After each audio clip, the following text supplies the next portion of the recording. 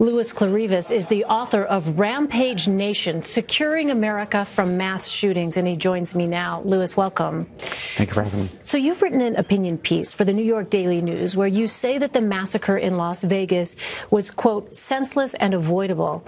There are a lot of details we don't know yet about what happened in Las Vegas, including a motive. So how do you think this could have been avoided? Well, we know from research that we've done in the gun violence area that there are certain legislative initiatives that, if you undertake them, can help reduce. I mean, you can't eliminate mass shootings, but you can certainly help reduce the carnage of mass shootings. And some of the things that I talked about in the piece, for example, and I was shocked to learn this, we have about 500,000 automatic weapons, machine gun type weapons that are in circulation in the United States, 200,000 of which you can legally transfer to someone. We can outlaw those. Nobody needs those. There's no civilian who needs automatic weapons. And another thing we can do is we could put a cap. We can ban those large capacity magazines that hold 30, 40, 50, 100 bullets at a time. They serve, again, no civilian purpose. In addition to those, what other kinds of regulations would you like to see put into place?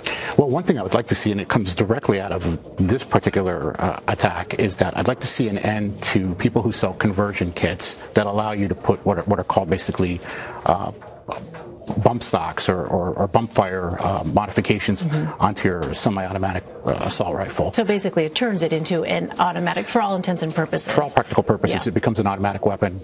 Yeah. Well, our chief congressional correspondent, Nancy Cordes, asked Senate Majority Leader Mitch McConnell if he would support a ban on equipment that turns semi-automatic weapons into automatic weapons, and here's what he said.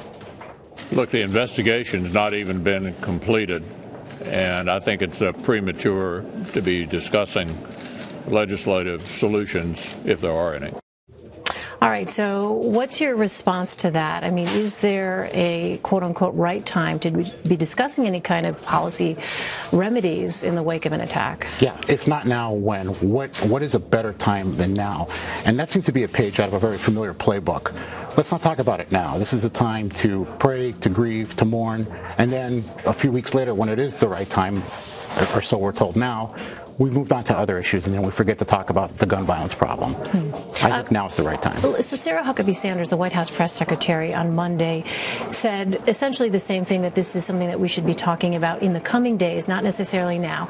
But then she also talked about Chicago and the violence there that has taken place despite some tight gun regulations. So what do you say to critics who would argue that just making the gun control laws tighter in this country is not necessarily going to keep guns out of the hands of the bad guys? I'd say two things. One, we know it does work because states that have tougher gun control laws have fewer gun-related deaths, including criminal and violent deaths.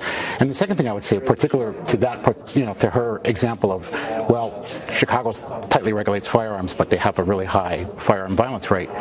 Think of it this way. If you run out of cold medicine and you go to the drugstore, you go to your local drugstore, and it's not there, and you really need it, you'll drive another 10 minutes, 15 minutes to get it. It's the same thing. You can leave Chicago, go to Indiana, and get the weaponry you need, legally purchase it.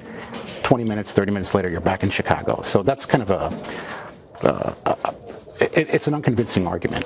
You think that there should be a federal law then that would obviously allow there to be some uniformity when it comes to this kind of policy? Not only do I believe that, we've seen it too. The 10-year period where we had a federal assault weapons ban in the United States, what we saw was that the incidence of mass shootings went down at a really high proportion. And if you leave it to the states, you're going to have a piecemeal approach, which creates a lot of loopholes and a lot of pockets, which can be exploited. Well, the Virginia Tech shooter used 2 handguns to kill more than 30 people. So in that case, it wasn't assault weapons. I mean, what solutions do you see in a situation like that? But again, what a lot of people overlook is that assault weapons ban from 1994, what it did was it also outlawed the circulation and possession of new large capacity magazines. And that is something that was an important part of the arsenal that the Virginia Tech shooter brought to the crime scene and allowed him to kill a lot of people in a very short amount of time. So that, if you ask me, that's the most important legislative measure that our elected officials can take, is to pursue a large capacity magazine ban. Do you think that in the wake of what happened in Las Vegas, there may finally be the political will to get something done on gun control legislation? Honestly, no. I think certainly not at the federal level. basically Mitch McConnell, Sarah Huckabee Sanders, even President Trump today have basically given us an indication that they're not going to touch this issue right now. Where you will see some progress, perhaps, is at the state level, in particular in the purple states, which could shift a little bit and more towards increased regulation.